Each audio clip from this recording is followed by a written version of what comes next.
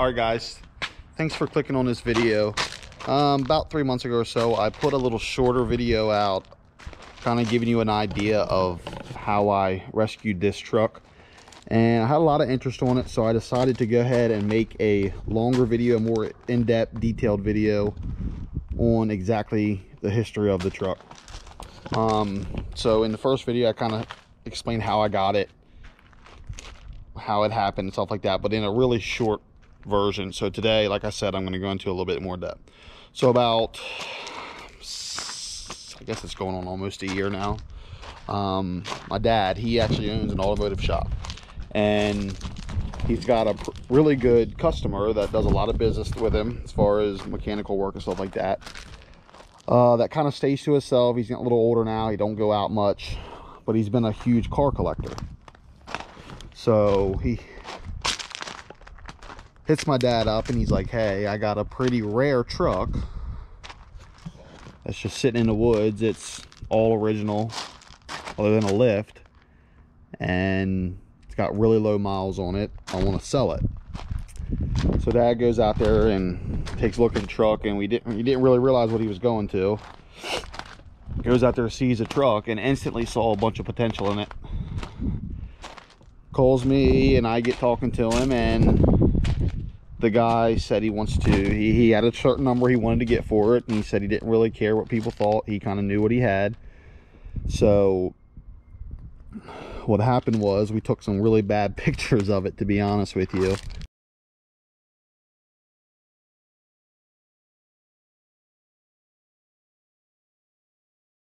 And posted it online and got all kinds of crap. We posted, like I said, he had a certain price he wanted to get, told dad he wanted to, asked dad to list it for him, so dad listed it for him, and listed it for the price that this gentleman said he wanted for it. Well, we posted on Facebook and all on the groups and stuff like that, and everybody hated on it, said we're crazy for asking that kind of money, it's nowhere near worth that, this, that, and the third. So I said, you know what, maybe I should buy it. And like I said, this guy's a really good customer of my dad's, and this, that, and the third. And to be honest with you, I couldn't come up with the money for the price that the guy wanted. So I told him, I said, hey, listen, I'm really interested in the truck. I had this number, which I thought was extremely fair for it. And he was like, nah, I don't think I can do that. I appreciate you being interested in the truck, but I just don't think I could do that. So about a month goes by or so, and I get a phone call from dad, and he's like, hey, I think he's ready to sell this truck to you for that number you want. I said, okay, sweet. So make a long story short, we bought the truck, we got it to the shop, started digging through it, kind of going over it.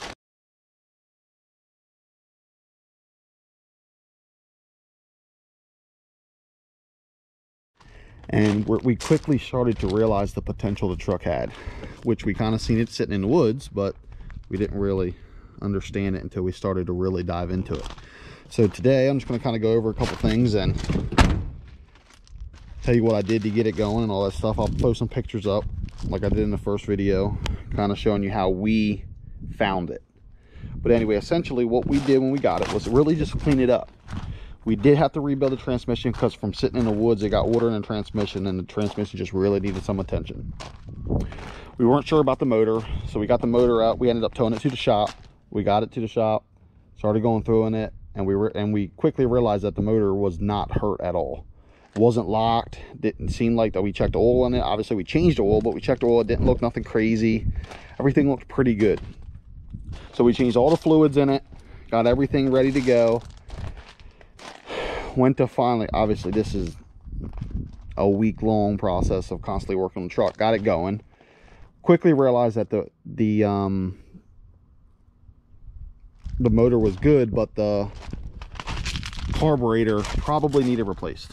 So we ended up ordering a little 600 carburetor for it, slapped it on there, and boom, truck fired right up. And at this point, we're like, holy crap, we might really have something here. So we start going through. We ended up doing all new fuel lines, all new oil lines, tested the brakes. The brakes seemed pretty good. We were happy about that because we were really worried about the brakes. Brakes ended up being fine. I've been driving it for probably about 1,000 miles now since we really got it back on the road. Brakes are working phenomenally. So we were really interested to see if the four-wheel drive and all that stuff worked. We ended up getting it all ready to go, getting it on the road, and boom, four-wheel drive worked. Everything worked great. So then we really got to looking up underneath the truck, and we're like, man, how is this truck in such good shape? And it was almost like it had a bed liner on it, like an underspray. So we got to talking to the gentleman that sold it, and he's like, yeah, I had a factory ordered it with GM spray, like spray liner that's underneath the truck. And when I tell you this thing saved the truck, it's amazing what the underneath of this truck looks like. Now I have resprayed it since, just kind of a quick spray, but it was, I mean, it was like a very minute layer of surface rust on the frame that you could literally just wipe off and it was good as new when I found it in the woods. So that GM spray in underspray really helped this truck from the factory. So what I did is I redid all the shocks, resprayed underneath of the truck. I did end up putting new Pacer wheels on it. Brand new tires are 38s because the tires and the wheels on it were obviously 20 years old from sitting in the woods, so I did replace them. Like I said, I did redo the trans, put a new carburetor on it, wheels and tires, and really that's it. And then a lot of elbow grease scrubbing and cleaning. And I'll give you a quick tour of it, and this is what we got today. The interior, as you can see, is honestly the best part of the truck. We did add them gauges there. It's an oil pressure gauge and then a water temp gauge. This is just a cover. The seat's as good as new underneath of it. I just threw a towel on over top of it just to kind of keep it the way it is.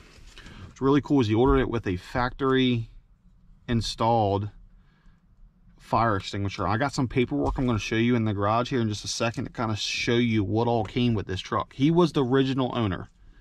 Back in '84, he bought the truck brand new, and he's kind of just held on to it, drove it for very little time. It has 17,000 miles on it. He parked it in the woods 20 years ago with 17,000 miles on it, and that's where it sat until now. But as you can see, the dash is great in it. Interior is phenomenal for its age. All the bezels and the grill and all that is all factory, all original, all in great shape. We cleaned it up with as carefully as we could. Added a little bit of spice back to the motor because it was, I mean, it's sitting in the woods. It's still got some work to do. We still got some cleaning to do, which we're still working on that, but we're getting there. Motor runs great.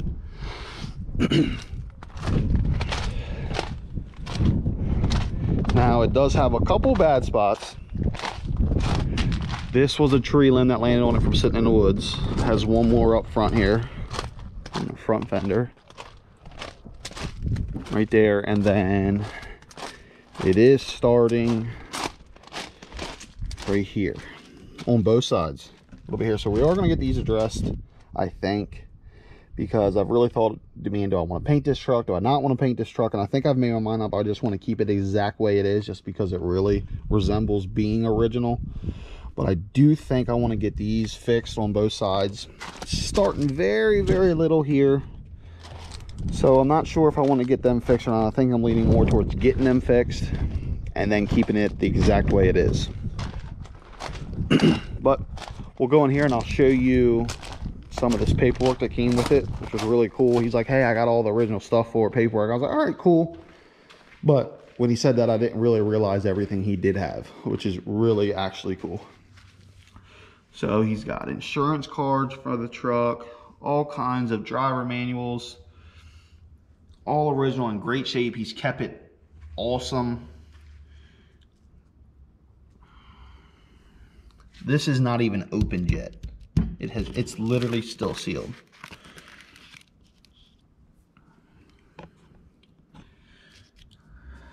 Maintenance schedule, tire warranty, warranty and assistance information,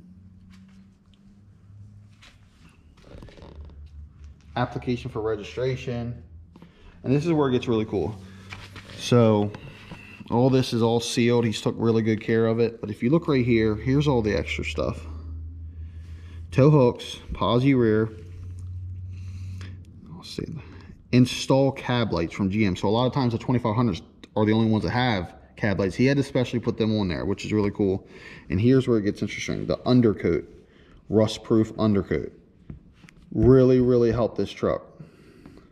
Fire extinguisher. And what was cool here is no nameplates. He wanted no nameplates on the truck.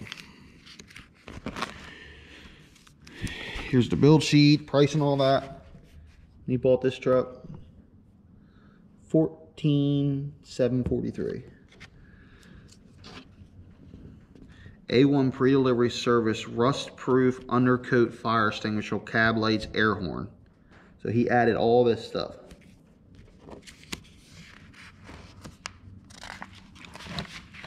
Warranty registration. And then here's just a quick brief thing that they used to do back then. About 6 months after you purchase your 84 GMC product, it's basically just saying they want to know how if you're satisfied. Just another copy of it. And then here is satisfaction study and all that stuff. You got to go and if you're satisfied and all that stuff, do you still have it? I don't know when. It says right here that he bought it from Willow Motor Sales, Port Chester, New York.